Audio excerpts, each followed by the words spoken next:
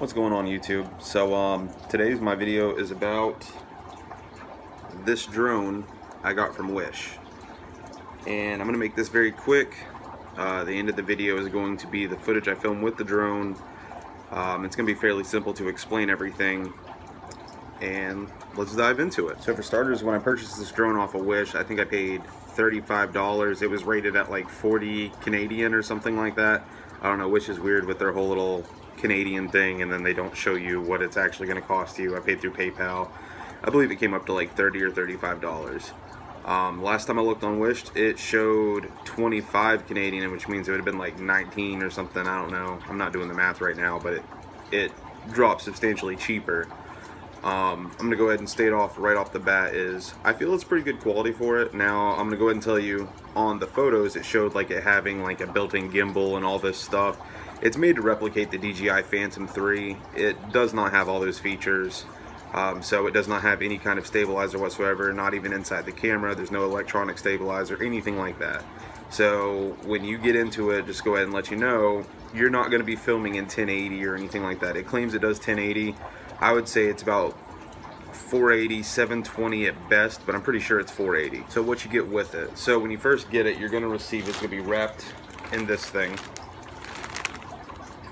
And it just comes in styrofoam. Now, the instructions are not extremely helpful. You get this, which pretty much just tells you where to download the app and everything like that. I'm actually using a different app. The app that it suggested did not work, so I used a different app from a different one, and it seemed to work fine. You get the instructions in Japanese or Chinese, one of the two. I don't know. I'm not bilingual, so I don't know what those are in. But then you also get them in English, and it's just fairly simple. Just kind of tells you how to attach the little blade protectors, things like that. The charger it comes with just comes with the USB part, not the brick, but just a little USB charger, and the battery pulls out the bottom, and the battery just connects to this, so you don't actually have to plug in the drone, so you don't have to sit there and try to find a place to put the drone. You just charge this little tiny battery. The remote is very simple as well. The phone just clicks into that, and that actually works pretty well. I was pretty impressed with that to do first-person view. It works pretty well. You've got your joysticks, which this is like your throttle up and down, so this is going to raise or lower the drone as well as turn it, so you can kind of slowly turn and everything like that.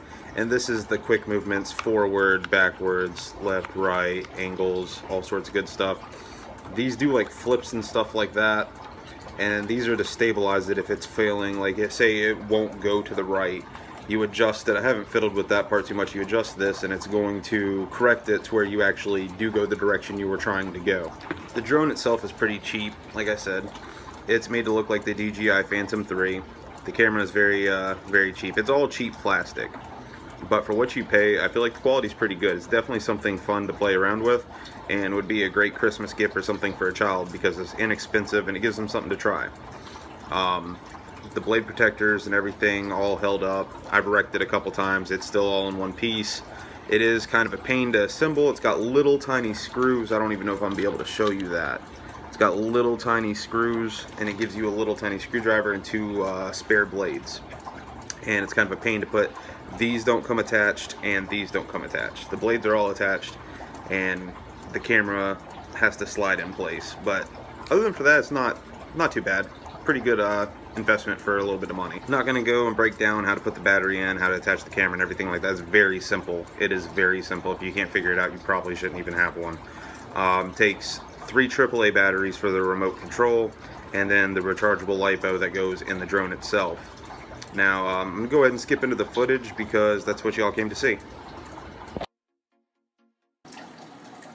As I stated before though, there's no stabilization, so whatever movement you make to the camera or on the drone itself, the camera kind of glitches. Now, the further away from the cell phone it gets, it's going to get glitchy footage. There's no SD card slot or anything like that, so basically it will jump around and glitch and stuff when it gets too far away, and causing the footage to look pretty poor. It does not have a microphone whatsoever, so it doesn't pick up any audio while it's filming either. All the footage is dead silent, and Yeah, so that's why I put music over the footage that I filmed with it.